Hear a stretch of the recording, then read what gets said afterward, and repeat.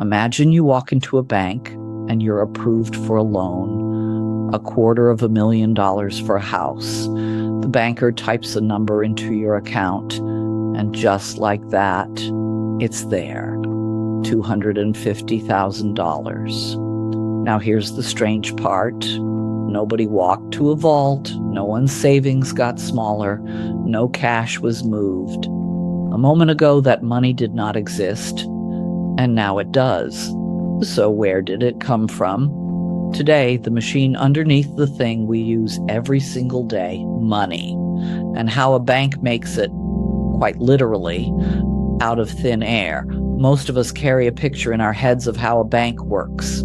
Savers bring in their money, the bank keeps a little on hand and lends the rest out to borrowers. The bank is a middleman, a careful piggy bank that passes savings from the people who have them to the people who need them. It's a tidy story. You may have even been taught a version of it in school, the money multiplier, where a bank keeps a fraction of each deposit and lends out the rest. Again and again. There's just one problem. According to the Bank of England, a central bank describing its own system, that story is wrong. Banks, in their words, do not simply lend out the deposits that savers place with them. Here's what actually happens. When a bank makes a loan, it doesn't move existing money. It creates new money. In the same instant, it writes two entries in its books. On one side, your loan, your promise to pay it back, which the bank counts as an asset. On the other side, a brand new deposit in your account, money you can spend today. Both appear together in a single keystroke.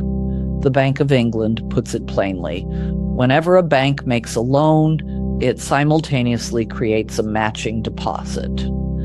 And that is new money entering the economy, not moved, made. And this isn't a rare trick at the edges of the system. It's most of the money there is.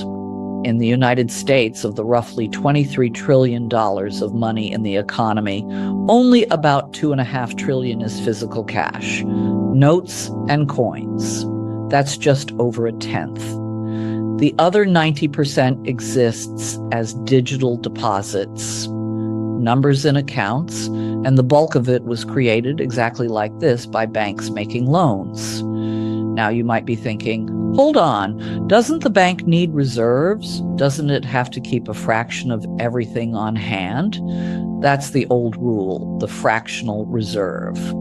But in the United States, that fraction is now zero. On March 26, 2020, the Federal Reserve set the reserve requirement to 0% for every bank in the country. So if it isn't a vault of savings and it isn't a reserve ratio holding it back, what actually stops a bank from creating infinite money? 4 things. First, someone has to want to borrow and be trusted to pay it back. No borrower, no new money.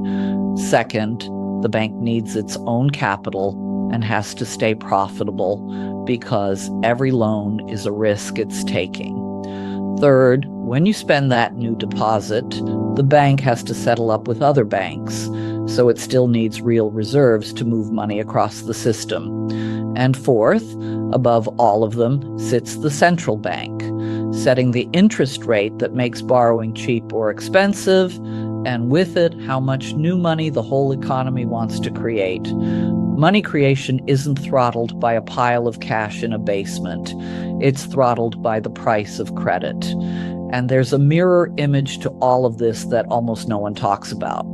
If making a loan creates money, then repaying a loan destroys it. When you send that mortgage payment back to the bank, the deposit is canceled out against the loan, and that money simply disappears from the economy. Money is being created and destroyed quietly all day long, every time a loan is made or paid down.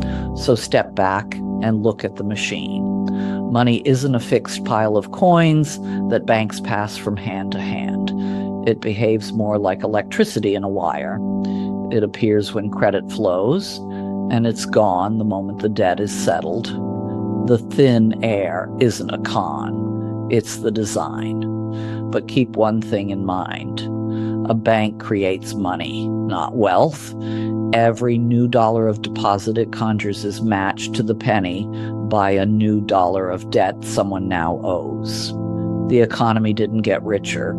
It got bigger, more money and more debt at the same time, which raises the real question. If banks can create money whenever they lend, what stops all that new money from simply making everything cost more?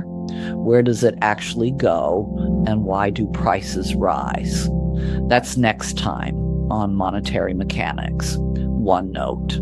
This channel is here to explain how the system works. It's education, not financial advice.